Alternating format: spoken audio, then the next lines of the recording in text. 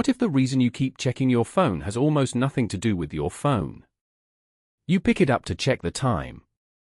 Then, somehow, you're reading messages, scrolling through videos, and looking at things you didn't even plan to see.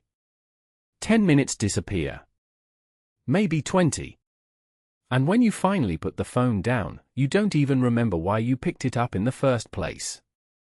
If that sounds familiar, you're not alone. Most people think they check their phones because they're bored, because they need information, or because someone might contact them. But the real reason is often much deeper. And once you understand it, you'll start seeing your habits in a completely different way. Your phone is one of the first things you see in the morning and one of the last things you touch before bed.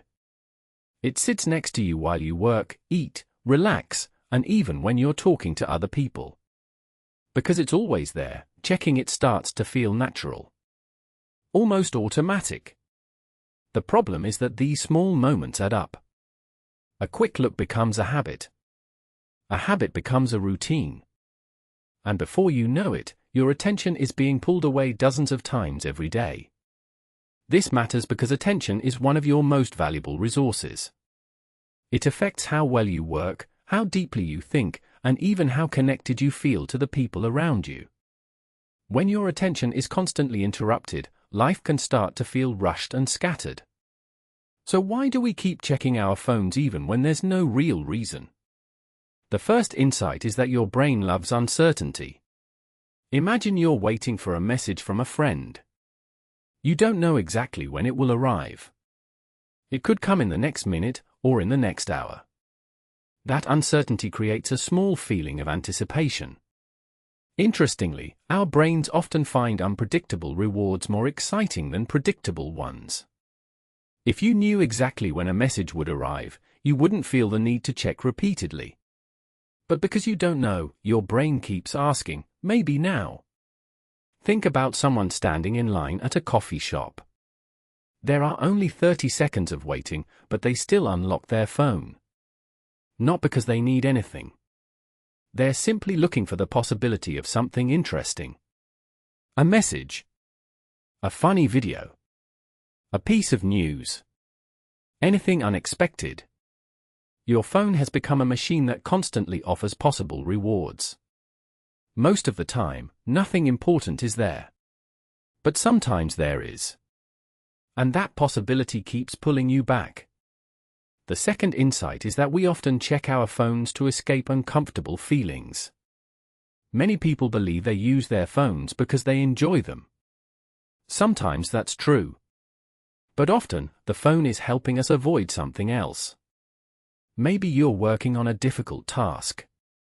Maybe you're nervous before a meeting. Maybe you're sitting alone with your thoughts. These situations can create small moments of discomfort. A phone offers an easy escape. Imagine a student trying to write an essay. After 10 minutes, the work becomes challenging. Instead of continuing, the student reaches for their phone. A few minutes of scrolling feels easier than facing the blank page. The phone didn't solve the problem. It simply provided a temporary distraction. This happens all the time. We feel bored, stressed, uncertain, or tired. Without even realizing it, we reach for the device in our pocket. The action becomes so automatic that we barely notice we're doing it. In many cases, we are not checking the phone because we want something on the phone. We're checking it because we want a break from whatever we're feeling right now. The third insight is that habits are stronger than decisions. People often think behavior is controlled by willpower. But habits usually play a bigger role. Let's say you always check your phone when you sit on the couch. After doing this hundreds of times, your brain starts connecting the couch with phone use.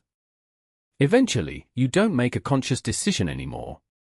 The environment triggers the behavior automatically. A simple example is walking into a room and immediately checking notifications. You didn't plan to do it. You didn't tell yourself to do it. It just happened. This is why many intelligent and disciplined people still struggle with phone habits. It's not because they're lazy or weak. It's because habits operate below the level of conscious thought. Your brain is always looking for shortcuts. Habits save energy because they allow you to act without thinking.